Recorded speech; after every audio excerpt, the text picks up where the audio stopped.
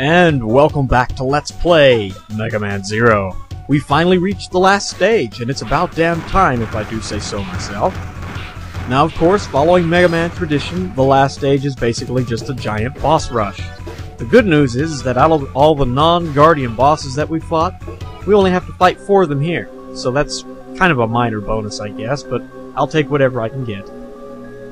Now, old newbie here hasn't changed any of his attacks, so you shouldn't have any trouble with him at all. I mean, he was easy the first time, he's easy this time.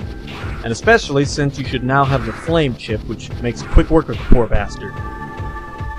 Try to avoid getting squished between the 2 pillars that every now and then pop up, which, like I say, it's pretty random how many sets appear each time.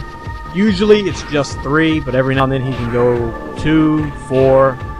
It's really, well, quite random. Now, on some of the other bosses, the arenas have actually changed from when we first fought them, and that kinda, it can make it easier or it can make it tougher. It really depends on the boss, but we won't really notice all of that until we get into the Guardian fights. We're not coming up there, and he summoned a hell of a lot more Pantheon zombies than I remember. Maybe that's changed too. Maybe in Neo Arcadia he summons more of the little zombie Pantheons than he did in the normal level. I'm not really sure. It would be something to look up. But either way, it shouldn't matter, especially if, like I say, if you're using the flame chip. He goes down in no time. And, once again, slice down the middle. Good stuff. Collect your health, which surely you shouldn't need any of that, easy guy. Now this one is, well, Blizzak Stagroth. He was one of the harder bosses that we had, namely because he's an asshole with his attacks. And I was stupid and I didn't use the single slash on him, but that's going to change now. Now, of course, you could use your flame chip on him, and that'll make quick work of him. However, I find that the single slashes and staying in close range works a lot better. Namely because he only has a couple attacks that he can do. That's the hardest one right there, where he shoots that little ice block down at you.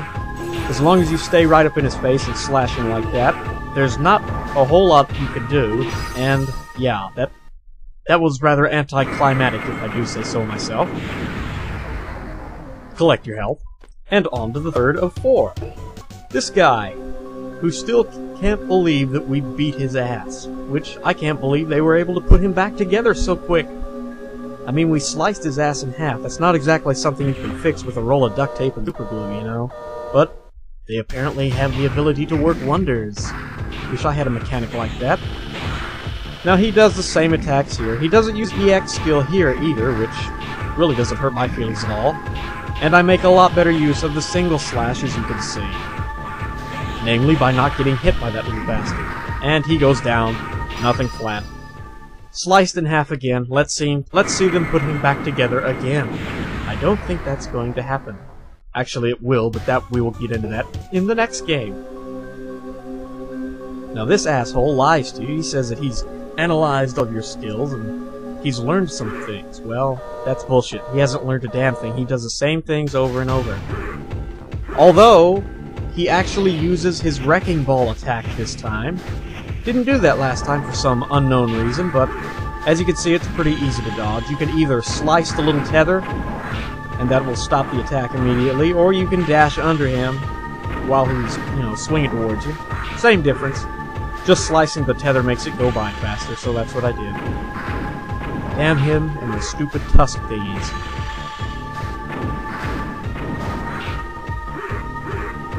What a stupid attack. You'd think he would come up with something better than the little E-Honda shove there, but come on. Not a whole lot of creativity with this guy, other than the fact that he ripped off Samus and her little Morball and bombs, but that is another story. Like I say, as long as you use your Thunder Chip on this guy, you can make quick work of him. You can't use your single slashes because, well, he's too fat and can't get close enough, but even still, it's not that big of a deal. Especially if you know his attacks. There's only, I think, 4, that's right. And they're easy to dodge, so just watch what you're doing, and you shouldn't have any problems with him again. And we sliced him down the middle, again. Poor guy. Poor guy. Anyway, we're done with the normal bosses. That was quite quick. Now, Aztec Falcon didn't make an appearance, but he will in the next game, and he's pretty much being made some bitch right now, but Yeah, you'll see all about that later. Now, short level here, there's a shortcut up here which I'm going to take, because down below there is a lot of dangerous things and more enemies and more chances of getting hit. If you can make it over here, the only problem with getting over here is that one seal cannon, but that's not too bad. Then you can skip practically, well, all of it. And that's nice. Who doesn't like skipping half the level? Now for the Guardians. This is where the arenas start to change, on 2, actually. Get this thing going, it's Leviathan. Yes, and this is one of the ones where the arena actually works against us.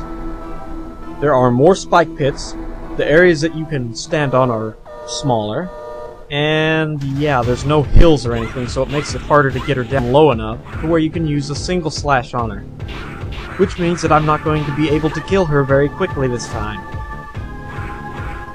Especially if I keep, you know, letting her give me a knee to the face. That's not good. Yeah. Her EX skill actually... I think she actually uses her EX skill this time. And like I say, it's the Ice Dragon. Well, damn it. Gave me another knee to the damn face. But the Ice Dragon, as I was saying before I was so rudely interrupted, will follow you around indefinitely until you either kill it or kill her. Luckily, I had her health down low enough that I was able to kill her before it could really, you know, do anything severe to me. But you can whack it with the flame chip. One good charged up shot with the flame chip will take the Ice Dragon out. Or 4 normal saber slashes, so it's pretty tough. Not to mention, she can still attack while the thing's chasing you around, and that's really where the biggest pain in the ass of that battle comes in. But who's in this door? I think it's Phantom? Yes, Phantom! Still preaching his ideological nonsense there, although I gotta say I like that one. Give light to people, give death to the Mavericks. That's probably the best thing to have been said in this game, but whatever. I don't have near the amount of trouble I did with him as I did before. Namely because he doesn't use his EX skill, except, well, right there at the start where I get the shuriken in the head, but that's okay, that's only 2 points of damage. Now, I want to reiterate that the best way to fight this guy would probably be with your Buster or your Shield Boomerang.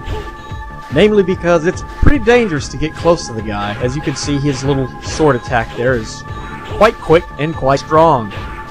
Now, all of his other attacks are pretty simple. His little multiple image trickery thing is easy because you have to slash the real copy of him. And you can tell which one that is because it blinks differently than all the others. And if you're paying close attention, you shouldn't have any problems. And luckily, he didn't use his EX skill there because that would draw out the fight a lot longer.